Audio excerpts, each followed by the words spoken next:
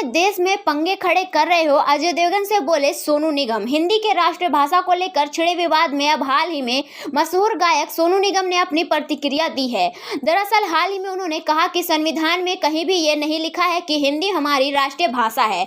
वहीं अगर बात करें तो इसी के साथ आगे अपने बयान में सोनू निगम ने इस विवाद को पैदा करने के लिए अजय देवगन पर नाराजगी जाहिर की है। दरअसल उन्होंने कहा कि और देशों में हमारे पंगे कम हैं, और देशों से हमारे पंगे कम हैं जो तुम अपने ही देश में पंगे खड़े कर रहे हो। इसी के साथ उन्होंने ये भी कहा संविधान में कहीं ये नहीं लिखा है कि हिंदी हमारी राष्ट्रीय भाषा है। ये सबसे अधिक बोली जाने वाली भाषा हो सकती है लेकिन राष्ट्रभाषा नहीं। तमिल सबसे प्राचीन भाषा है। संस्कृत और तमिल के बीच एक बहस है, लेकिन लोग कहते हैं कि तमिल पूरी दुनिया की सबसे पुरानी भाषा है। इसी के साथ सोनू निगम ने कहा है कि ऐसे पर्याप्त मुद्दे हैं जिन्हें अन्य देशों के साथ हल करने की आवश्यकता है और देश के भीतर एक नई समस्या शुरू करना व्यर्थ है। अभी तुम्हारे बाकी के देशों से पंगे कम हैं जो तुम अपने देश में पंगे खड़े कर रहे हो। क्यों और कर रहे हो, इसकी चर्चाएं क्यों हो रही हैं अपने आसपास पड़ोसी देशों, और तुम अपने ही देश में दुश्मन पैदा कर रहे हो कि तुम तमिल हो हिंदी बोलो।